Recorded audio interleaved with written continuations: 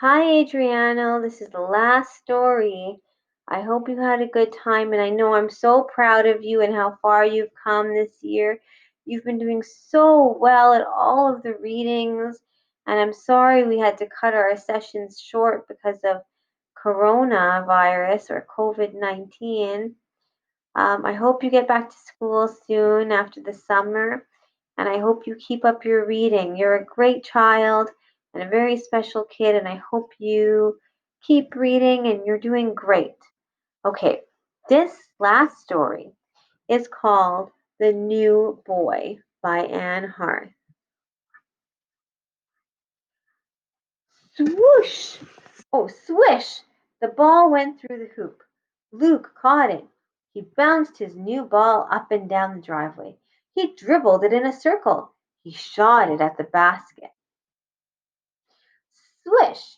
He looked up at his new house. It was okay. At least he had his own room. He didn't have any friends, though. He missed Elliot and Jake. He missed the other kids at home, too. I guess this is home now, Luke said to himself. Come on, Luke. Dad held the door open. It's almost time for school. Luke shot one more basket. Swish! He went inside. Do I have to go to school? It's your first day, Dad said. Maybe you'll meet someone who likes basketball. Luke shrugged. Hurry, Dad said. You don't want to be late. Luke put his ball away and climbed into the car. He stopped in front of the school. It looked big. Kids were everywhere. Luke didn't know anyone. Who would talk to him? Who would he eat lunch? Would he eat lunch alone? Would anyone want to be his friend? Dad walked Luke to his classroom. Remember your teacher's name is Miss Crunch, not Captain Crunch. Luke gave his dad a small smile. Bye. He pushed open the classroom door. Everyone stared.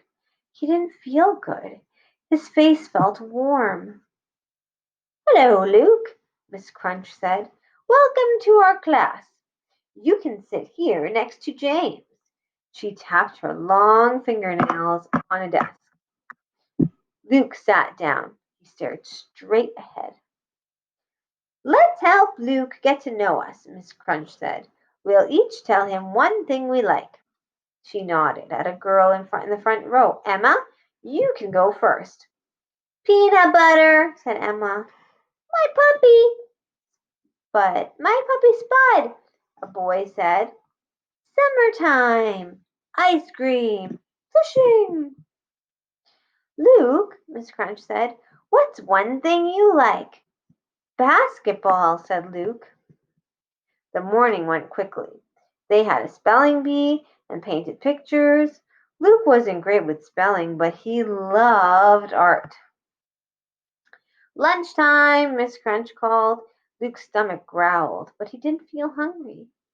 When you've eaten, you may go outside and play. Bags and lunch boxes appeared. Kids ate and talked and laughed. Luke ate his sandwich quietly. People finished their lunches and started to leave. Luke didn't want to sit alone. He packed away his lunchbox and went outside. He wandered through the schoolyard. Kids jumped rope and played tag. Some sat in small groups. It was worse than he thought. No one talked to him. Oof! Something hit Luke in the stomach. It bounced on the ground. A basketball! Luke picked it up and looked around. Who threw it? He spotted a hoop and walked toward it. A boy stood underneath. Luke stopped. You said you like basketball, the boy said. Let's see. Luke Luke looked at the hoop. It was a hard shot. He held his breath and threw. Luke and the boy watched the ball fly toward the hoop. Swish! The boy caught the ball and grinned. Let's play, he said. There we go. That's the end of that story. Why wasn't Luke hungry at lunch? Do you know what the answer is? Why wasn't he hungry at lunch? And what happens after Luke gets hit by a basketball?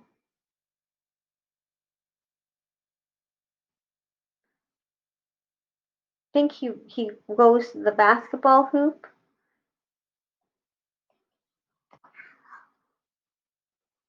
And can you summarize this story? When someone says summarize the story, they want you to tell them what happened in the story from beginning to end, but in a very short way. Like if you could tell them, what you think happened, but you don't have to tell the whole story word for word, just, you know, in your words, what do you think happened in the story?